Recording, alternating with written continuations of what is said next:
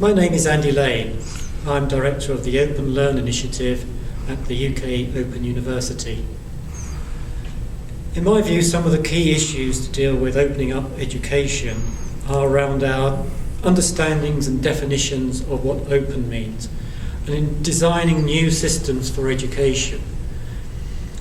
And I think, as I said, a key aspect is in saying, what does open mean in terms of open education, in terms of an open educational resource, in terms of open learning, or in terms of open teaching? What do we mean by these, and what is the meaning of open? Some say it's about free content, but it is more than just about free.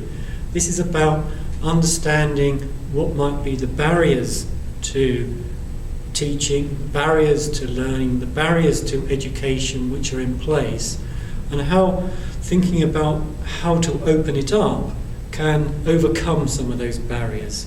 With open educational resources, some of that can be achieved through a Creative Commons license, which means that people can use that material time and time again and vary it, adapt it, remix it.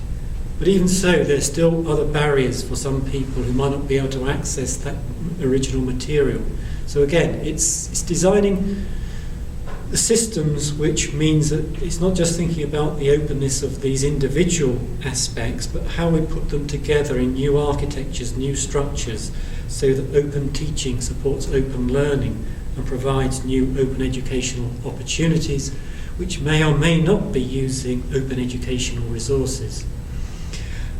And this really sort of covers some of the aspects of my own chapter in the book, where I looked at what you might call the sort of different economies which can play a part in education. There is the sort of public economy which funds much public education. There's obviously private education funded by a market economy.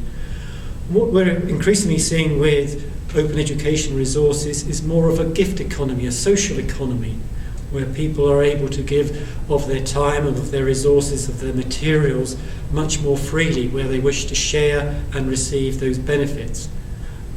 And in thinking about the nature of those different economies and how they interact, it's what differences can be made in the future, such that there is increasing provision which is based on a gift economy, which also interacts with and supports that from a public economy, and also interacts and supports that from a sort of market economy.